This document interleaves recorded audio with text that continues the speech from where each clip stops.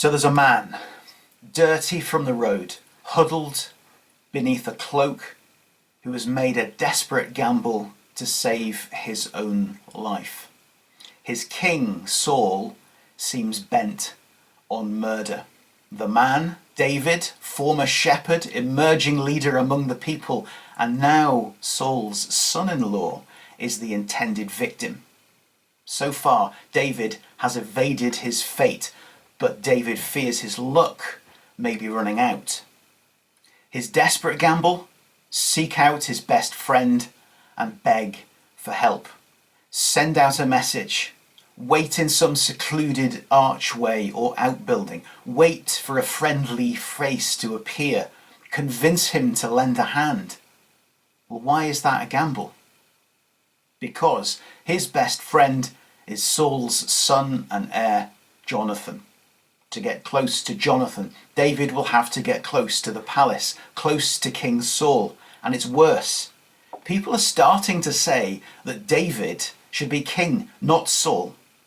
Some are saying that God himself wants David to be the king. David and Jonathan are best friends, but they're on opposite sides of history, and it's far from clear that they can do anything to stop it, or even to nudge it one way or another. But isn't it worth a try? Isn't a trouble shared a trouble halved? It's a story we think we know.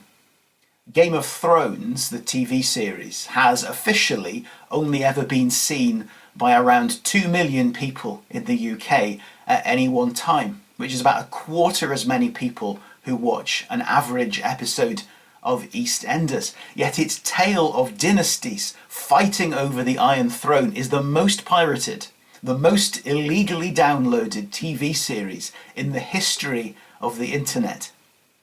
We are endlessly fascinated with the rise and fall of dynasties and the fates of their principal characters.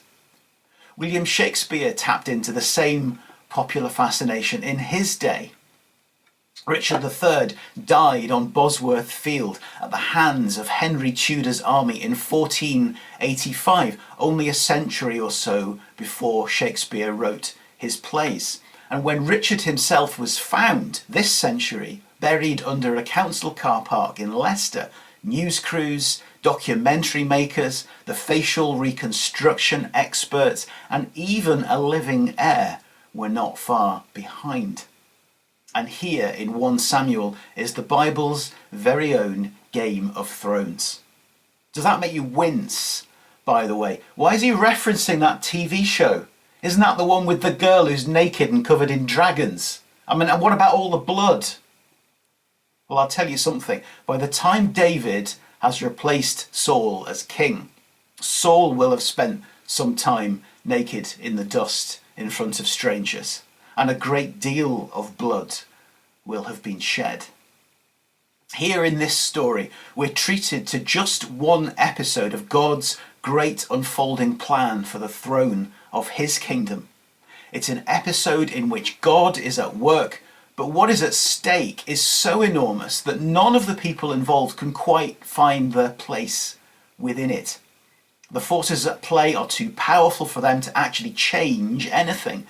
They're about to learn that when the chips are down and when you've run out of cunning plans, all you really have left is to face the future together in God's presence and acknowledge his sovereignty over everything else. But our protagonists haven't got there yet. Here, on this day when David makes his desperate plea for Jonathan's help, David believes he is just one step away from death. Jonathan refuses to believe it, and a series of increasingly absurd events are about to unfold. It begins with a protestation of innocence. "What have I done?" David demands to know. Surely Jonathan will know. Here is David, a man who has only ever tried to do the right thing. He's faced Goliath for his king, bringing down the giant with a sling and a stone. Well, you know that story. He played and sang for Saul. He married Saul's daughter, even knowing she was being used as a means of sabotaging his fast-growing military expertise. David is a man who right now can't do right for doing wrong. And what's worse, his best friend, Saul's son and heir, can't see it, or refuses to. Jonathan absolutely loves David. Nothing he wouldn't do for him, and now they're brothers-in-law as well. But Jonathan also can't see anything wrong in Saul's attitude towards David, even though Saul has pondered killing David in Jonathan's earshot in the past. Jonathan has got a proper blind spot where his dad is concerned. I absolutely love David, he says. How can my dad not absolutely love David too? After all he's done for the kingdom. Dad did love him right from when they first met. How can he not still love him? That stuff about doing him in, oh, that's all just high politics, isn't it? And so David comes up with, frankly, what is a harebrained scheme for Jonathan to test Saul's attitude. And Jonathan comes up with an equally daft plan for reporting his findings back to David. What wheezes they are. Not so much Game of Thrones now. If the stakes weren't so high, it would actually make a fabulous drawing room farce. Dim-witted Bertie Wooster deliberately stands up some battle-axe old aunt at afternoon tea and asks Jeeves to look for signs that she plans then to disinherit him. Jeeves, acting quite out of character, signals the aunt's intentions by hurling rocks at the potting shed where Wooster has taken refuge. For which read, David plans to deliberately miss a 2-day party hosted by Saul in the palace. Both days. His seat conspicuously empty right under his paranoid king's twitching nose. David has seen Saul's murderous rage. He knows how Saul will react, even if Jonathan doesn't. Anyone present, perhaps Jonathan most of all, could be put in danger. Jonathan's wheeze is little better. David is to hide in the open land outside the city, behind a rock, for 2 days. Jonathan will come out and fire some arrows close to his hiding place, and the exact way in which he tells his servant to go about retrieving the arrows will be the code that tells David how things went at the party. What to do if a stray arrow takes David out is not discussed. What to do if the servant boy should stray behind David's rock and rumble the whole scheme is, likewise, ignored. Now, these schemes are a bit ridiculous. David doesn't seem to have considered the danger to Jonathan. In the event, Jonathan does discover his father's murderous rage, and he almost gets impaled by his father's spear in the process. Jonathan's scheme turns out to be equally pointless. As soon as the servant has collected the arrows and gone back to the palace, he and David fly into a tearful embrace anyway. David has risked death by stray arrow or discovery by stray servant for nothing. Well, were they ever really going to part company without saying goodbye? But this is what happens at times of great stress. In the great Game of Thrones, as one dynasty nears its end and another is about to begin. Sometimes what God is doing is so immense that only God can do it. Sometimes, if we feel like we are only passengers, it might be because we are. But it's as if the bigger the crisis, the bigger our need to plan our way out of it. There is a serious temptation here to find our security in our plans and not in God. But look a little more closely at what actually happens here between these two friends. There is a lot of super elaborate planning that almost gets Jonathan killed. There is some equally elaborate planning that makes no difference to David and Jonathan's tearful goodbye, but everything they have done serves to deepen the bond of friendship between them. David's absurdly elaborate plan to prove that Saul was unhinged bore its fruit. They went through the routine with the arrows, even though deep down neither of them must have truly believed they could say goodbye without actually saying goodbye. But they went through the routine they had cooked up together. Even in the midst of their distress, they drew comfort and strength and experienced the deepening of friendship that always comes from simply planning to spend time together.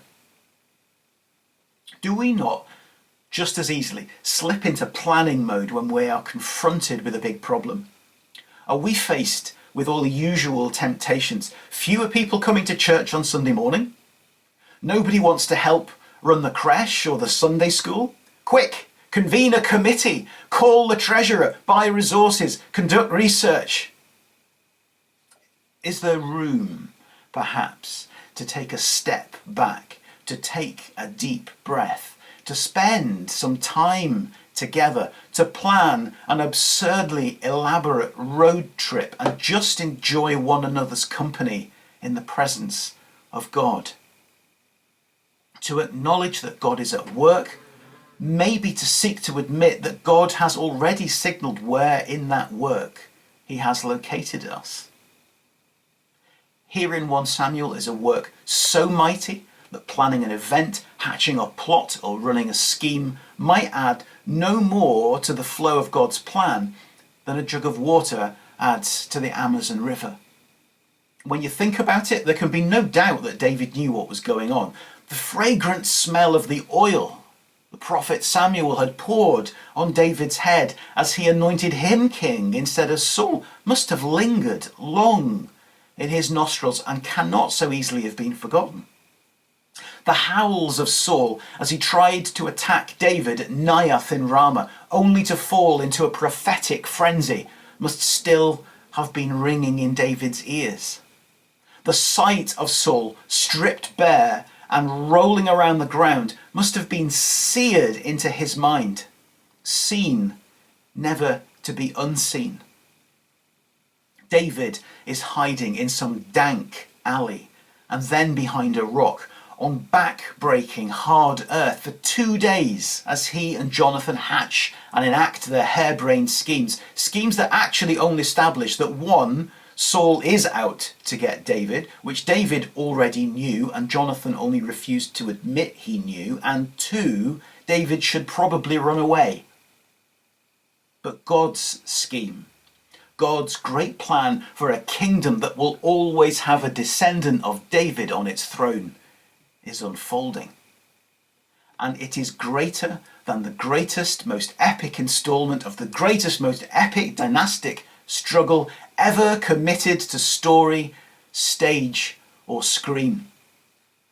And despite all the huffing and puffing, all the plotting and scheming, deep down, David and Jonathan both know it. Even before that 2-day-long feast, in the planning of the test of Saul's attitudes, before Jonathan goes anywhere near his father, before David fails to show up at the party, before Saul has tried to maim his own son with his spear, Jonathan's arrow-shooting plan takes an unexpected turn. In the event that they have established Saul intends David harm, Jonathan blesses David that the Lord be with David just as he has been with Saul. Jonathan asks for mercy from David, for himself, and if he does not survive, for whichever of his descendants survives. In their love for one another, they make a covenant together. A covenant that only makes sense if truly, deep down, they are willing to acknowledge that in all the craziness, God is at work. God has taken the throne from Saul and therefore also from Jonathan. God is going to make David king. God will do what God has said he will do. And deep down, David and Jonathan know that the best thing they can do in the light of that, the only truly enduring thing they can do in the midst of events that God has set in train and neither shepherd nor prince can stop, is to be faithful to that deep bond of friendship, that bond of comradeship, of love, to go through it together. My friend, these events are massive. I'm in fear of my life. These events tear at the very foundations of our friendship. And I need to know if you're still going to be my friend. Have you ever had the sense that God is at work in a massive way? The times they are a changing way. It's kind of hard not to feel a bit like that right now, isn't it? We're all suffering. We're suffering lack of human contact, the lack of the touch of a friendly hand, the lack of the embrace of a loved one. Some of us are suffering a lot, confined by the risk of disease or the possible presence of it. We're denied one of the things humans most crave in a crisis, the fellowship, the comradeship. A trouble shared is a trouble halved, as they say. God does not prefer that we be miserable, but he is absolutely willing to be with us in our misery, and his plan is still in play in our misery. We may see no immediate way through it.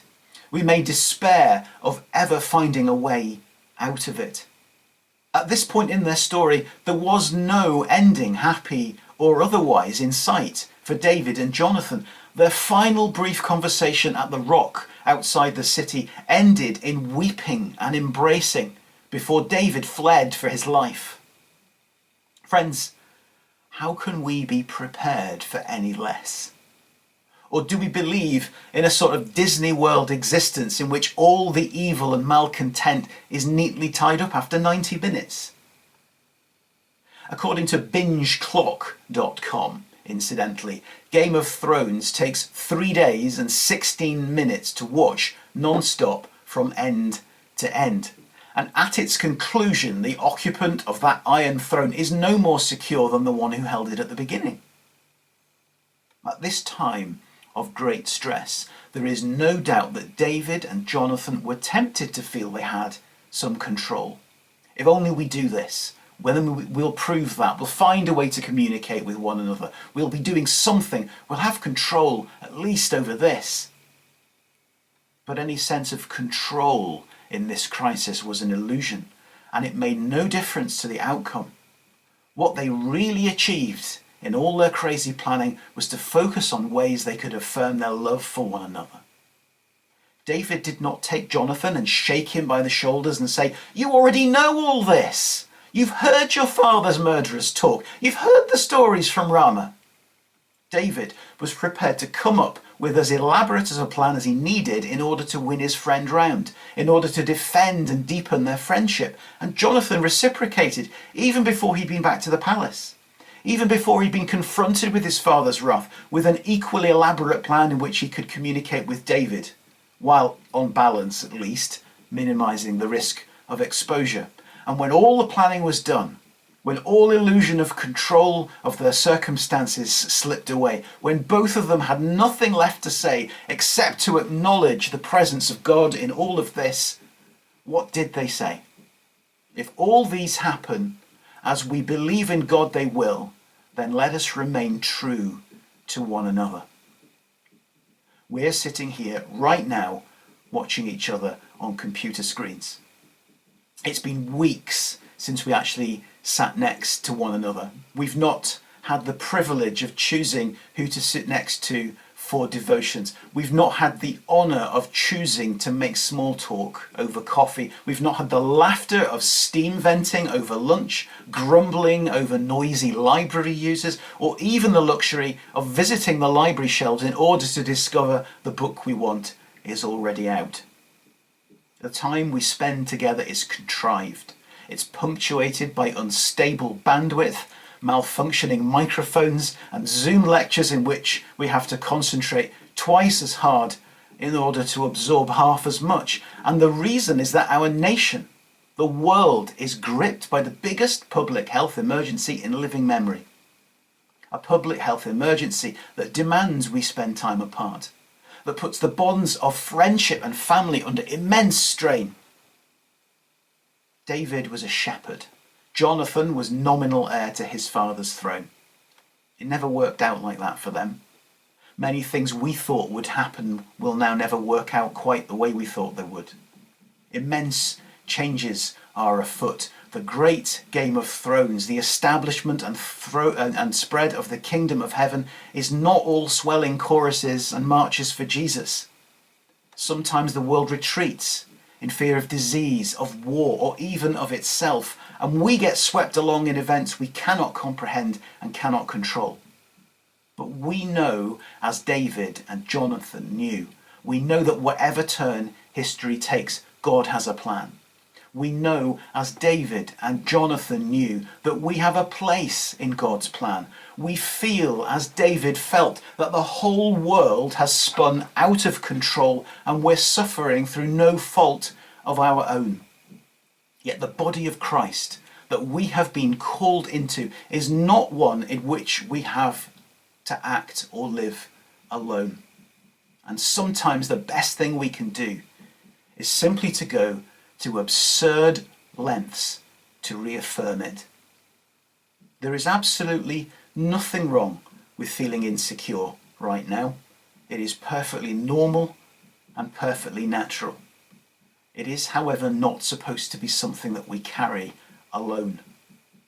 We will have achieved something if, as a family of believers, we are able to share with each other, even over a computer screen, in a Facebook post, in a phone call, just how dreadful we're feeling right now.